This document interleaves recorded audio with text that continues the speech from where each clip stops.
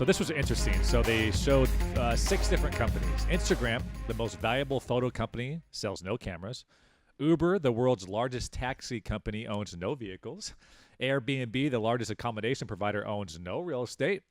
Alibaba, the most viable realtor, has no retailer, has no inventory. Netflix, the largest growing television network, lays no cables, and of course, Facebook, the most popular media provider, creates no content. It's brilliant. Which we all know this at face value, but when you see all 6 of them like that and see how monsters of companies those are, and you realize what they're doing, that's pretty insane. And it goes back to what you're talking about with capital allocation and delegation, all that stuff. There's ways to be very successful and not necessarily produce too much anything at all. Yeah, and the more impressive out of the 6 to me is Uber and Airbnb, because to have a taxi company worth what they're worth, and all they did was help people communicate with each other. That's it.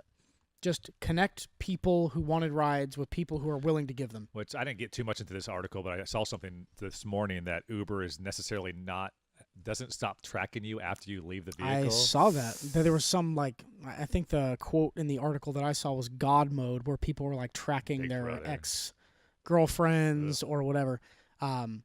But those 2 companies, in my opinion, Airbnb and Uber, where it literally is just a connection point between people that want something and have something, is super impressive. Well, I remember, and it makes me look at myself like, if somebody had come to me and said, okay, here's what we want to do.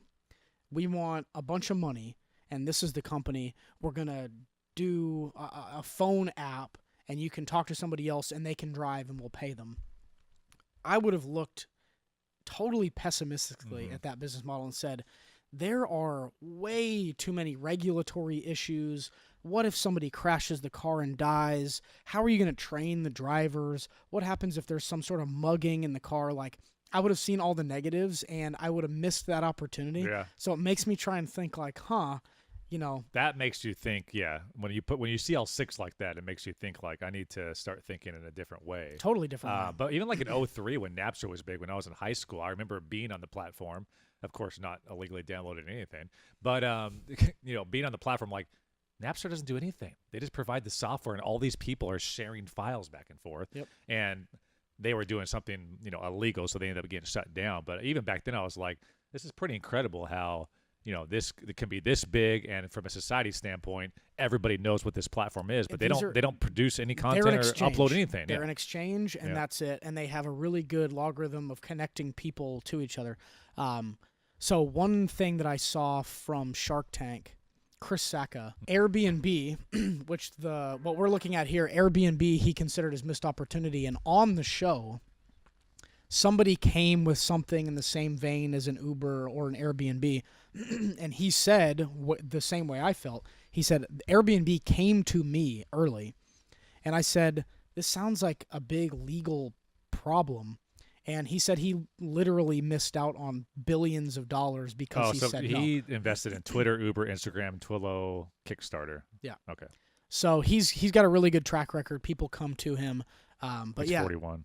I think about that a lot. Maybe I should be a little more open-minded. Not that people are coming to me with, amazing startup business opportunities and need me to invest. But if they do, I want to try and maybe have an open mind a little bit more about what's possible, because Airbnb and Uber both seem like they would have such legal hurdles.